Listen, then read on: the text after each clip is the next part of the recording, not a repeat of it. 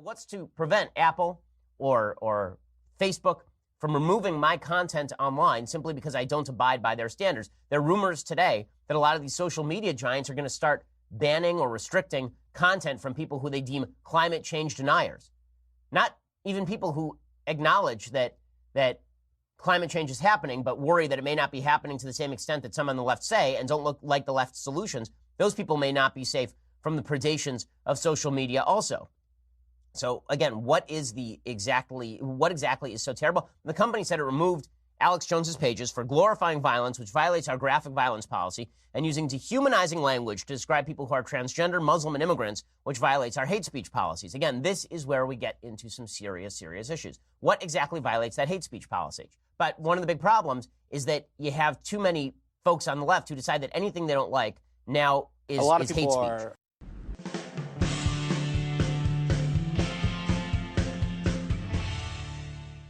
If you yesterday were looking for Alex Jones, you may have found him. Today, you're not going to find him. I mean, a celebration in some regard for, common decency. However, a very sad day for freedom of speech. Now, iTunes and Facebook, they're private corporations. They can do whatever they want. They can make it up as they go if they want. I don't like it, but they're a private corporation. So if they decide that's what they want to do, well, they're a private corporation, and we don't have anything to say about it unless we make them into a utility, which is really bad. Because once we make them into utility, well, good heavens. Now you've got the federal government deciding who's good, who's bad. These people, they're a bunch of Christian murderers scum. They're on giant death factories keeping babies alive and selling their body parts. What more do you need to know about these people? I go out and face these scum. They literally crawl out from under rocks. They have green looking skin and they run around screaming, we love Satan, we wanna eat babies. I have them on video. I love Satan, so f*** you. I kill my kids. Hillary's in the creepy, weird, sick stuff, man. We came, we saw, he died. She sleeps in the same room with that creepy, weird woman whose mother wears a hood over her head. That woman number one is ugly. Imagine how bad she smells, man. I'm told her and Obama just stink. Obama and Hillary both smell like sulfur. There's a guy on the radio who apparently Trump's on his show frequently. He said, me and Hillary are demons. Said we smell like sulfur. Ain't that something? I had never seen or smelled any woman like that, ever. People are telling me she smells. Who could not notice someone who smelled that bad?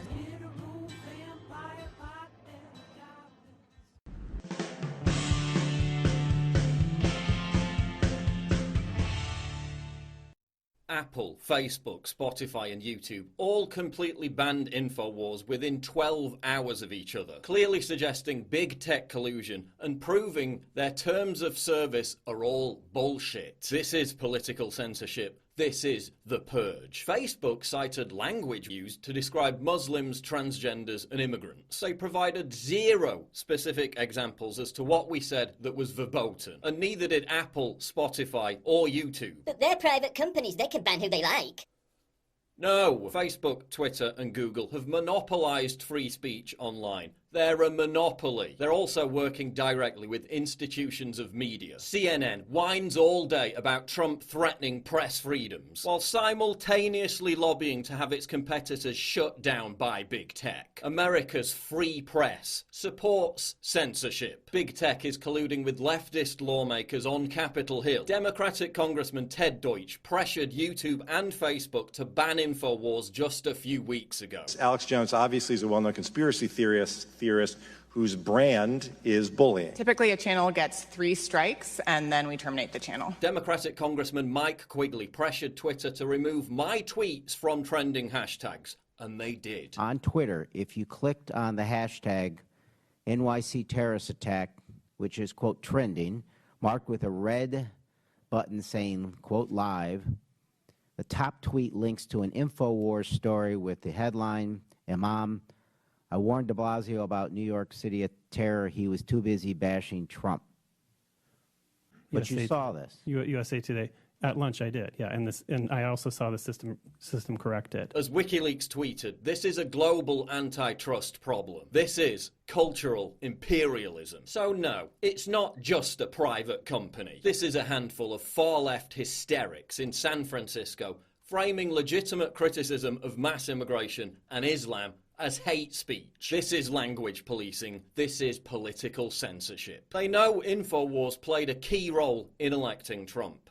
This is punishment for that. And this all happened 3 months before the midterms. This is election meddling. This is election rigging. This was all coordinated. They all banned InfoWars within the same 12-hour period. That's big tech collusion. That's a total abuse of power. Now look at Apple's excuse for banning InfoWars. According to Apple, if you don't respect people with different opinions, you will be banned. Does this mean it's necessary to respect people who advocate child marriage and honor killings just to have a platform? Because I don't respect those people. I don't respect people like Louis Farrakhan, who praised Adolf Hitler as, quote, a very great man. Presumably, Apple does, because his app and his broadcasts are still available on their platform. I don't respect Antifa, a group that violently attacks innocent people. But Antifa's pages, podcasts, and videos are rarely, if ever, banned on any platform. Now look at Wikipedia. Activist editors removing Sarah Jeong's racist tweet controversy from her Wikipedia page, literally throwing the most important event in her career down an Orwellian memory hole, literally attempting to change reality and hide history. That's what this is all about. And all you liberals orgasmically celebrating big business censoring independent media,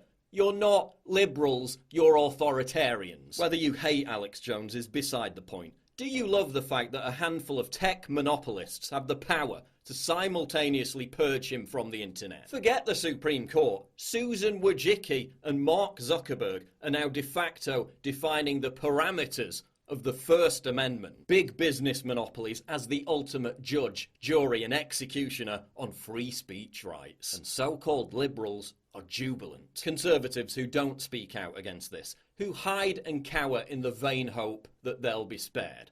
Well, guess what?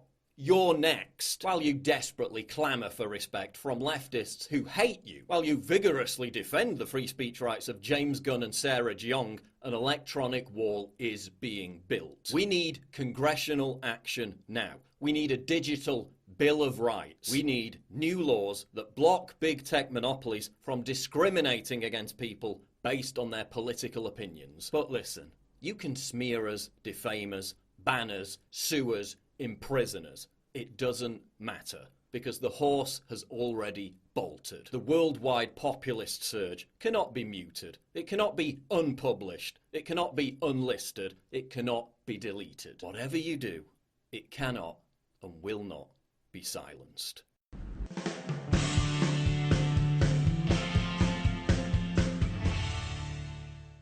So the Great Purge, my friends, is upon us.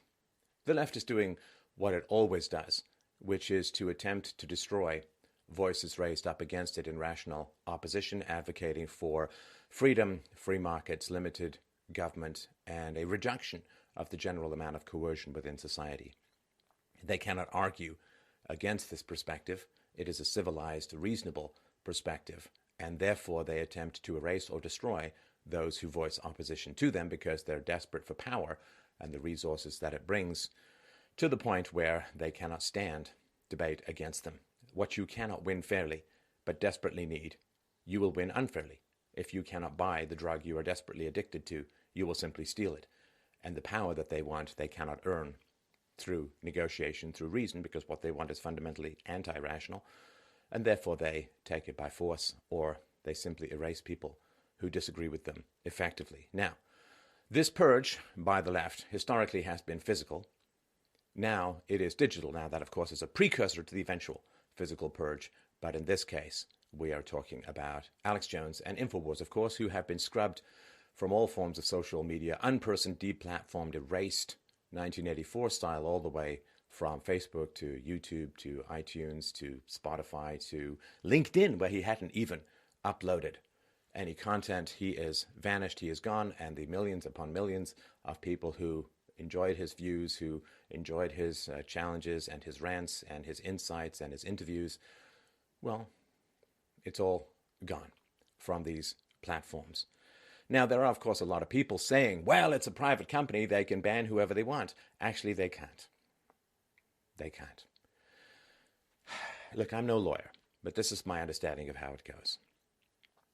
If you are a newspaper, you exercise editorial control over the content of your newspaper. So let's say a reporter writes something slanderous, you can sue the newspaper because the newspaper is not just letting anyone publish whatever they want. The newspaper is exercising editorial control over the content of the paper and therefore liable for what is there. Now, the social media giants have escaped legal liability for the content of their platform because they say, hey, we're just a platform, we're neutral, we don't act politically, we're not particularly focused on one group versus another. We just have these standards, like hate speech, incitement to violence, whatever it is. We just have these standards, we get complaints, we deal with them, and it's impartial and it's neutral, therefore we're not responsible for the content of what is published. We're not exercising editorial control of the content on our platforms. Now, if it turns out, and it sure seems to be the case, but if it turns out that they are targeting conservative voices on their platforms, in other words, if they are over-applying particular standards against conservatives while not applying them all against other groups that have far more egregious violations of their terms of service, then they are, in my view, exercising editorial control. Now, if that turns out to be the case, and I'm sure this will be adjudicated in a court of law at some point in the not-too-distant future, if it turns out that that is the case, then they become legally liable for what is posted on their platforms, which means that their platforms cannot survive. Like, I don't know how many hundreds of billions of dollars of shareholder value could conceivably be wiped out. I don't know why shareholders aren't up in arms and revolting and calling emergency shareholder meetings and holding the boards of these companies to account and saying, what the hell are you doing? You're threatening my life savings. You're threatening my wealth, my investment, my children's future. You're threatening everything. Why? To deplatform people who are conservatives mere months before the 2018 American midterm elections. Of course, that's what it's all about. You understand that. Alex Jones has been doing what he's doing for decades. Now, right before the midterms, when the Russia collusion narrative is collapsing in on itself, when the Mueller probe looks to be the partisan hack job that I believe that it is, what are they doing? Well, they can't win the argument, so they merely silence the opposition. This is a Tanya Harding, Nancy Kerrigan style takedown. Can't beat honestly, and therefore will beat dishonestly. And, of course, we've all seen these examples where they say, oh, such and such a conservative promoted this or that or was bad or hate speech or whatever. But you can see for yourself. There are, on various social media platforms, Antifa message boards where they openly plot and plan political violence, which is the definition of terrorism. Open terrorist networks. There are jihadi recruitment sites all over the place, which are not being shut down, which are not being deplatformed, which are not being erased. The great Candace Owens took a couple tweets from the woman recently hired by the New York Times, which was railing against white people and saying the most unbelievably hateful and racist things about white people, replaced white people with black people, and was immediately banned. So, of course, they're exercising editorial control, in my humble opinion, because I'm an empiricist, and that's what the data very clearly shows. So, no, they don't get to do that and maintain immunity from legal liability for the content of their sites. Because if they're so sensitive to conservatives saying supposedly hateful or devastating things, but they don't exercise that same deplatforming on groups that openly advocate and plan for violence using their platform, then clearly there is a political purpose at work here, which means they're no longer neutral. So No, don't try this free market crap. This is not rational. It doesn't work. And it simply says, well, you're afraid to take on these people. Well, we have to. Like, I'm sorry, this is just, it's wrong. It's absolutely wrong to deplatform someone in this manner on what? Well, he said this, he did that. Well, you show me, sort by order of egregiousness, and you show me how Alex Jones is at the top of anyone's list compared to the jihadis and Antifas and other organizations out there openly calling for, advocating and planning for and plotting for violence. Come on. Come on.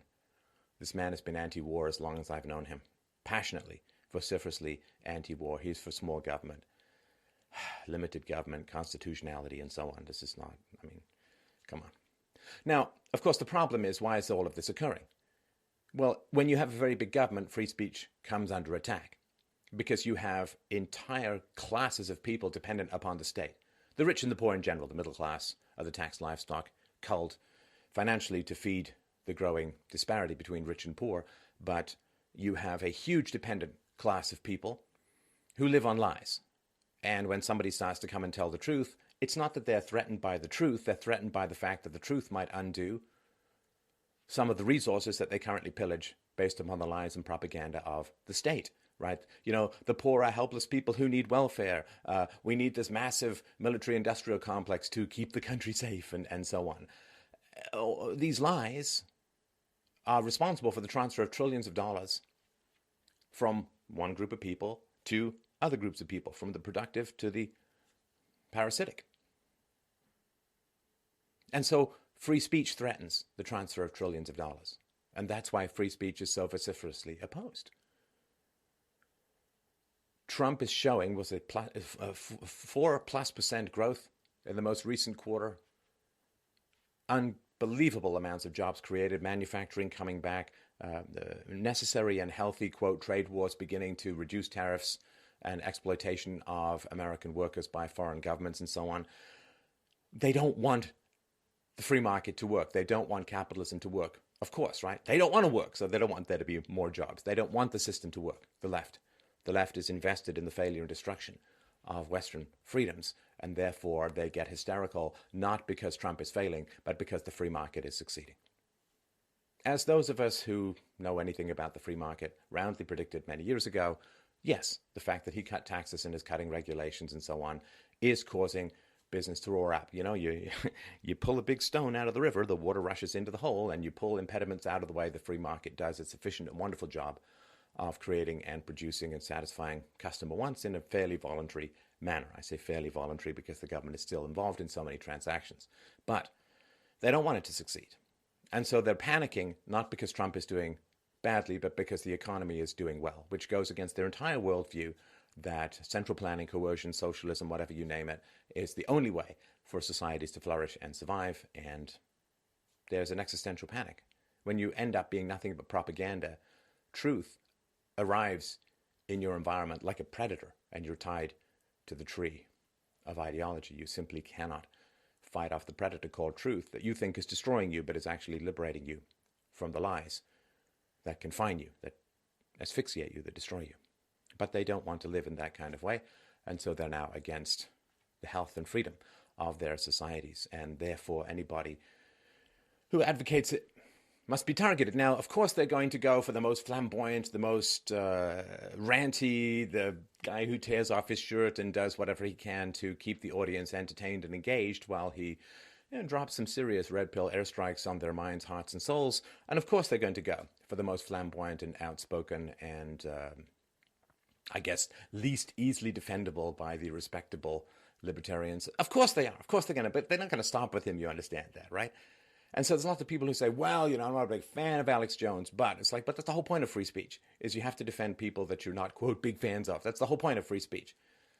It's raining outside when it's raining outside is not something that anybody's going to get too upset and offended by. So, of course, it's going to be people pushing the envelope. Of course, it's going to be people saying things that other people find shocking. And the fact that people have elevated their own negative reaction to some sort of abstract ideological principle is terrifying. It's horrifying.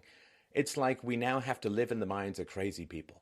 We now have to suffer the hallucinations of schizophrenics and call them reality because people get offended by something that is said. And they go from, I hate that speech, to that is objectively hate speech, to hate speech must be banned. What's being banned is something that stimulates them negatively, that gives them a negative stimuli of any kind. And because they're unable to reason with and manage their own emotions, they end up having to control absolutely everyone else. And it will never end. Because if you don't learn how to manage negative stimuli, if you snowflake yourself, if you isolate yourself from negative stimuli, that's the exact wrong thing to do. You get weaker, more hysterical, more panicked, and that's why you get triggered by this, and then this, and then this, and then this, and less stimulus is required to trigger you more and more, and you end up in this hysterical escalation where you end up having to control everyone all the time, no matter what, and that will never be enough. And then their mere presence causes you hysteria, and then you start to talk about not just deplatforming people digitally, but physically. That is the tradition and the role and the play out of how this kind of stuff goes. And of course, the point is to make everybody who's not on the left begin to censor themselves so they don't end up that way, right? You understand, it is, to use an analogy, you don't have to shoot everyone in the village to get compliance. One or two people and everyone else is going to kind of fall into line because they don't want to end up the same way. And so, yes, of course, the whole deplatforming of InfoWars is going to cause everyone else to say, ooh, well, I better stay away from this topic, and I better talk about this, I better not talk about that, otherwise it's going to end up in the same way. But it will never stop. And people say, well, Alex Jones, these wild conspiracy theories, they didn't pan out. Yeah, for sure. Some of his wild conspiracy theories did not pan out. But some of them did. And if free speech requires that you be perfect, then you have no free speech at all. You're not perfect. I'm not perfect. We're going to make mistakes.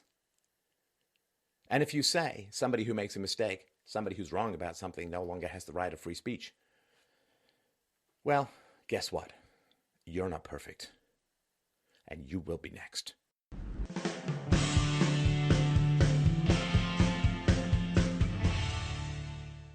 Social media has gone to war against Alex Jones and InfoWars. Maybe it's a InfoWar against InfoWars. Hey, everybody, I'm Steve Green with Bill Whittle and Scott Ott, and this is Right Angle, brought to you by the members of BillWhittle.com.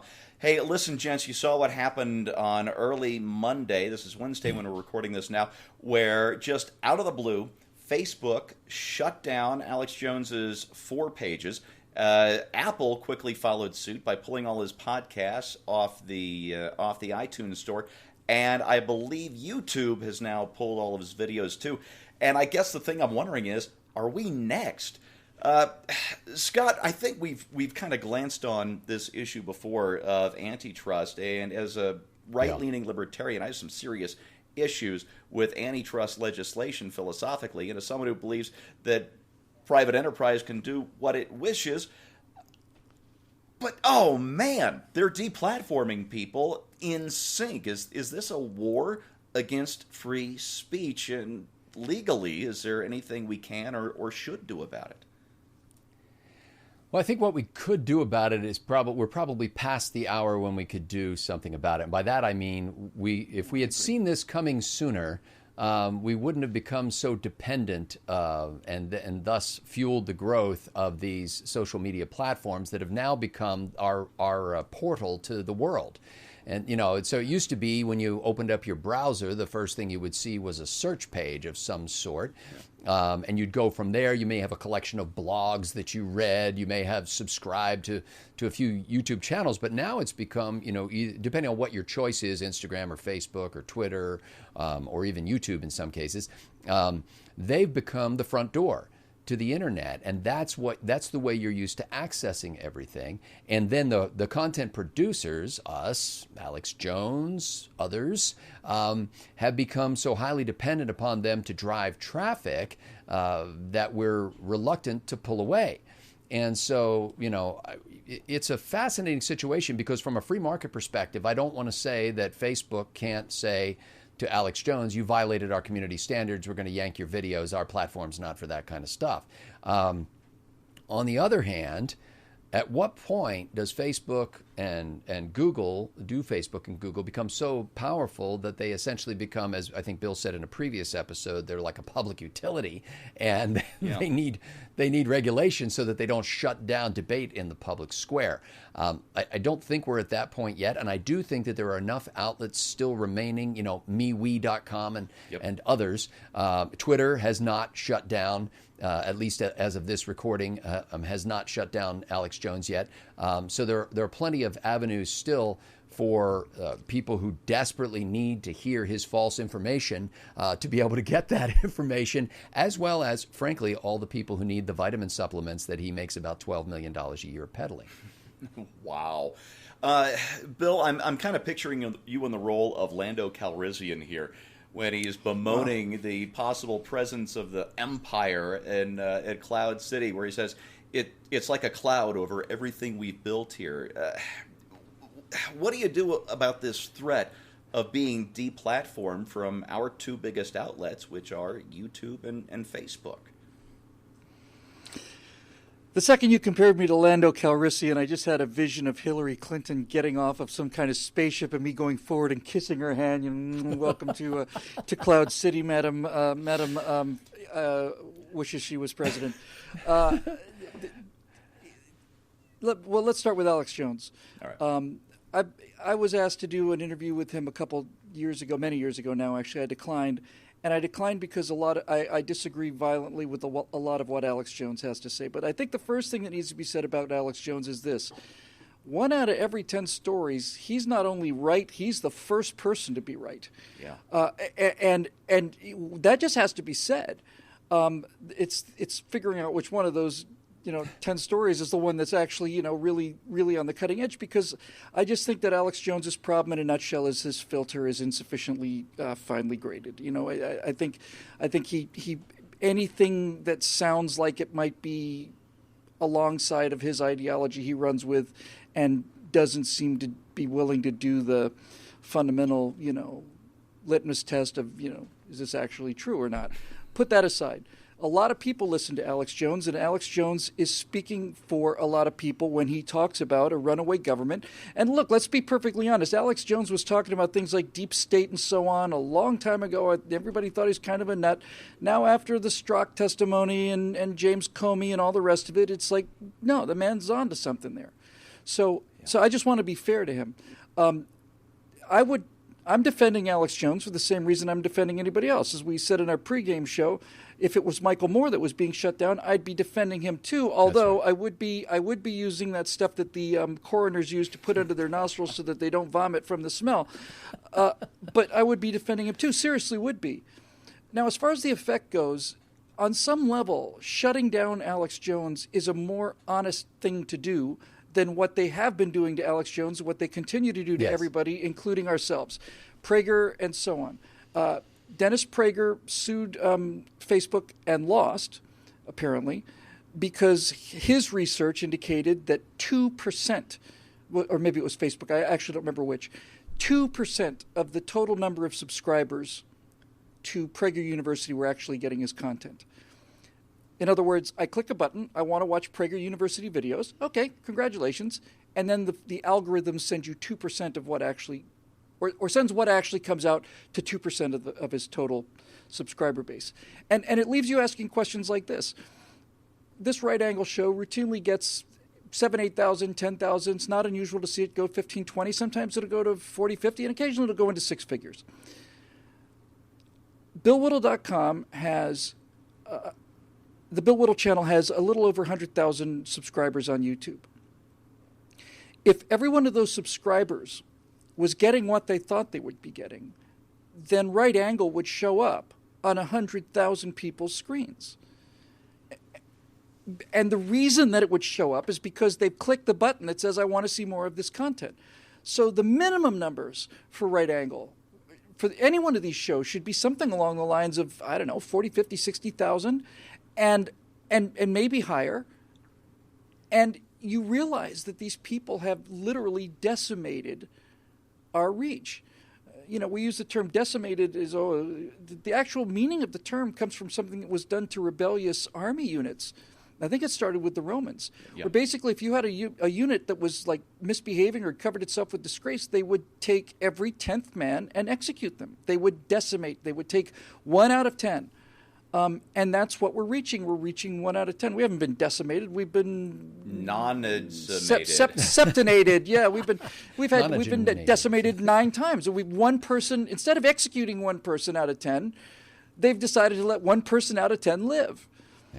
And this affects our business. It affects everything. The final question for this, Steve, is simply this: what are these guys so afraid of? You know, what are they so afraid of? If Alex Jones is just a quack and a nut and a lunatic, okay, what are they so afraid of? Why are they so afraid of the messages from this show that they push it out to 10% or 5% of the people who have asked to see it? What are they so afraid of? I'm not afraid of them. I know their stuff is everywhere. I see it every single day in movies and TV. I see it promoted everywhere. Doesn't scare me, and it doesn't change my mind. If they had a better idea, maybe they change my mind, but they don't. So they're scared of the fact that reality is on our side, and they're terrified of the fact, especially after 2016, that if those knuckle-dragging American racist fools out in flyover country get to hear a different version of the truth than the one they are selling, which isn't the truth, then they'll do something crazy and lunatic like vote for somebody other than the person who was supposed to win.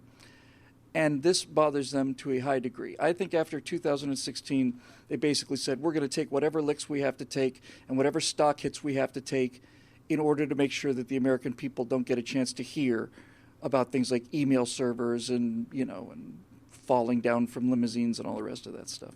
Yeah, I think there's another angle here, Bill, and that's muscle flexing on the part of social media. They'll take down Alex Jones just to see if they can get away with it, and then who knows who's next? Yeah, is Prager next? Brushing back a batter, right? You know, guy's a little too aggressive over the plate. You put one just in front of his nose, just to brush him back a little bit. Yeah. Yep. Yeah, so I think there's definitely some a muscle flexing aspect to this as well. I don't have a whole lot of use for Alex Jones. I'll get to that in a second, or antiwar.com.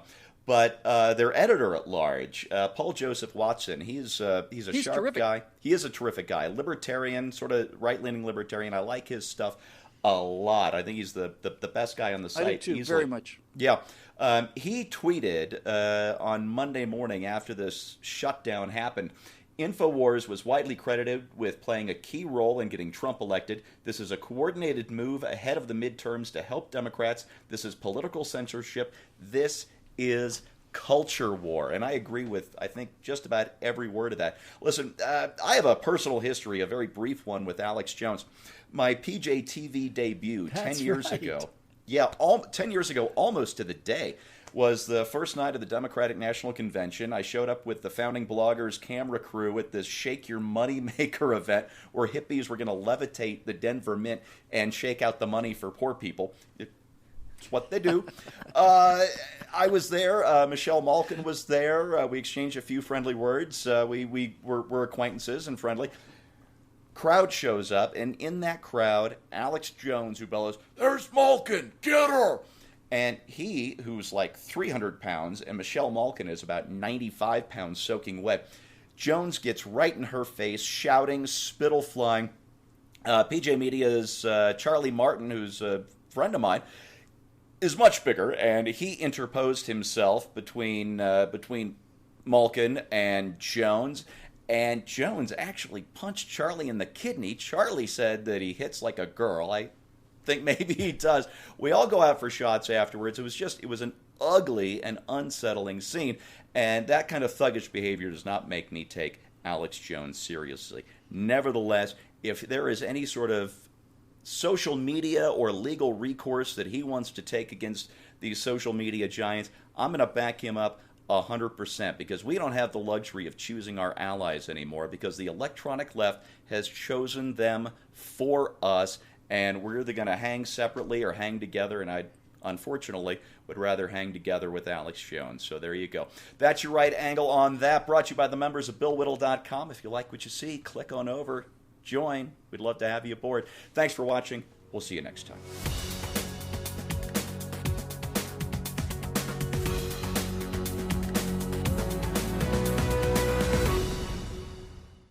First they came for Alex Jones, and I didn't speak out because I'm not Alex Jones. still think that we shouldn't regulate these companies as public utilities in some respect. I'm not saying that the government's going to own them. And listen, I'm not even in love with the idea, but hey, what is the point? What is the point in what we're doing if the left is just going to go, you know what, we can't compete. You know what, we don't like this. I'm offended by certain content. And this guy is a nuisance. He's a problem. His audience, which millions of subscribers on YouTube, which he galvanized successfully during the last election to help build Donald Trump's base and propel him into the White House, of which Alex Jones, not the only reason, of course, he was certainly a contributing factor. His fan base and what he represents as the alternative media certainly helped to give the MAGA campaign a huge platform. Well, he's gone. From Spotify, from Apple, from Facebook, and from YouTube, millions of subscribers across all of those platforms in one day. This is collusion, right? If you have to call this exactly as it is. These companies, these large corporations just got together and said, on the same day, let's respond to this public pressure, whatever it is that we're getting from SJWs, and let's just hit the button together on the same day. And it's not a coincidence. Right before the midterm elections in the United States. Right when we have this enormous growth, even despite all the algorithm rigging now that we're seeing, where the mainstream media attacks, for example, YouTube, and at the same time wants a privileged position on the platform by being considered authoritative news and being put to the top of the search rankings and being given all of these extra benefits. And you're thinking to yourself, it's the alternative media that is still continuing to grow, obviously represents a threat to the political and mainstream media establishment. And as a consequence, Alex Jones is the first in line to go, it seems. And before you go thinking, well, you know, they're just going after conspiracy theory channels, they're just going after fake news, just going after all these things. What is considered fake news, conspiracy theories, hate speech, whatever the hell it is, I've never once seen Alex Jones advocate for anything that I thought was hateful. Again, all of that hate speech stuff, as we know, is subjective. But the point of the fact of the matter is, it's always a slippery slope. And you're always told by the left, slippery slope fallacies are just a paranoid product of conservative thinking. But no, they are there, they are real, and they've come for Alex, and they don't stop there. They will not stop with Alex Jones, they will come for absolutely everybody else. They'll come for all of us. They'll come for all of us, and it becomes a big problem then when the only options left for news are the ones you know aren't true, the ones you fled from television and newspapers and radio, and you came to YouTube for a reason. You came to these platforms because they permitted and welcomed genuinely all ideas when they began. Well, not so much anymore. And look, I gotta tell you, you know, Paul Joseph Watson put this on Twitter. Obviously this is occupying his mind now, so this has only happened about an hour or so ago at the time of making this video. And you know, this is real election meddling. You want to talk about meddling? This is it. If you just, I'm not saying just InfoWars alone, but if you just nuke the alternative media, what are you left with? No. Sorry. What do you think is going to happen here? To Zuckerberg, to Susan Wojcicki, to all these people, what do you think is going to happen? Do you think we're just going to go quietly into that good night and just go, that's it, you deleted Alex Jones, no problem. We'll just sit there and take it. No. What you've done, you have no idea what you've done. Paul Joseph Watson said in an interview with Sargon Akkad recently that InfoWars and those folks are in touch with the Trump administration. Maybe it's just as well you did this. Because the Trump administration are investigating this whole shadow banning bullshit on Twitter, and that will extend to other forms of censorship. We're seeing it everywhere. We're seeing it on all platforms. We're seeing it on payment processors, which I've covered ad nauseum. Well, guess what? That Internet Bill of Rights is on the way, my friends. You being regulated like public utilities is on the way, and if your corporate empires have to be broken up to do it, that is what will fucking happen. I'm sorry, but this is the culture war, this is the information war, and this cannot be won by the likes of the far freaking left. I'm sorry, but I'm gonna bank on truth. I'm gonna bet on us to win this, because I'm sorry, you lose free speech and this is an outright attack on it, you lose that, you haven't got much to get up for in the morning. I hate to break it to you. All right, countries without that, when people start losing free speech, not long after they start dying, and this is a book burning. Hydra kinda said it, when you start burning books, you're only one step away from burning people. And the left certainly wants to brand everybody a Nazi, and they do that for a reason, so that they can justify violence against those people they deem to be Nazis. And they say words like far-right, and they brandish people who aren't alt-right. They call them alt-right anyway, even though there's overwhelming evidence on their platforms that they aren't alt-right, and they do that because it's a dog whistle for Nazi.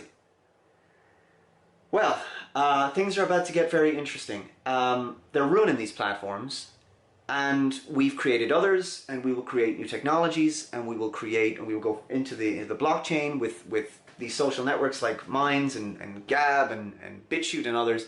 And I strongly request to you guys that you go and subscribe to me there, but also that you do find Alex Jones, you do find Paul Joseph Watson, that you do show them your support, even if you don't watch their content and you're not all that interested in it. That's not the point. The point is, no one like that. You can't lose anybody like that. I'm sorry. If you tolerate this, you'll be next, right? Everyone will be next, and that I will not hold to that. No one is too big to fail. In this case, no one is too big to be completely deleted off the face of the internet.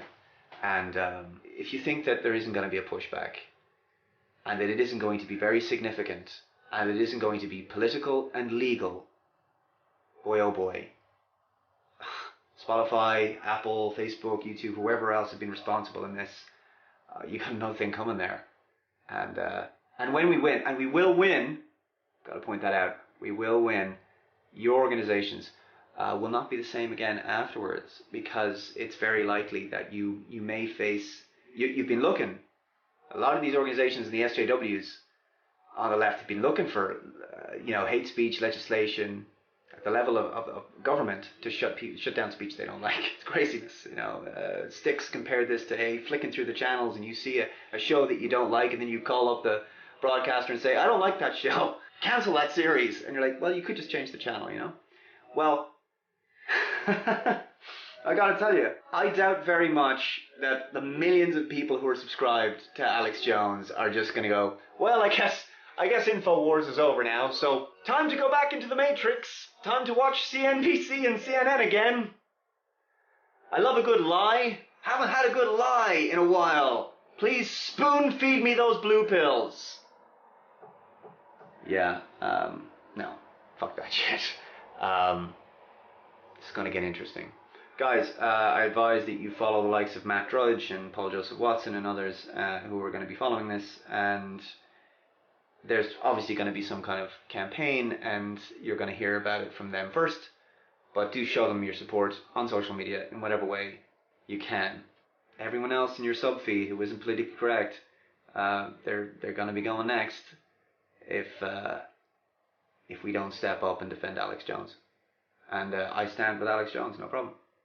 Don't have to agree with everything he said or done. I don't give a shit. I don't have to endorse everything that's ever come out of his mouth. I do not want him censored. No more than I don't want the left censored, for that matter. I don't want communists censored, for that matter. But the reason they do is because they cannot compete against our ideas. We have better arguments. And I really hope that Ted Cruz comes down with them with the full extent of the Communications Decency Act, because he has been chomping at the bit to do that. With all the congressional hearings and everything with Facebook and what have you, he's ready. And this is just going to give him more ammunition. We always knew it was going to get ugly. That's why we're still here. You're literally going to have to put me in a fucking gulag to stop me, so I don't care. I'm on everything. I'm on Minds, I'm on Gab, I'm on BitChute. I'm not going anywhere. I mean, YouTube can incinerate our channels, but we're still here. And so are you, and we will find a way to keep this going and keep the dialogue going. And so will Alex Jones. And I think he'll come back bigger and stronger. This is going to backfire. Censorship always fails. That's all I have to say for now.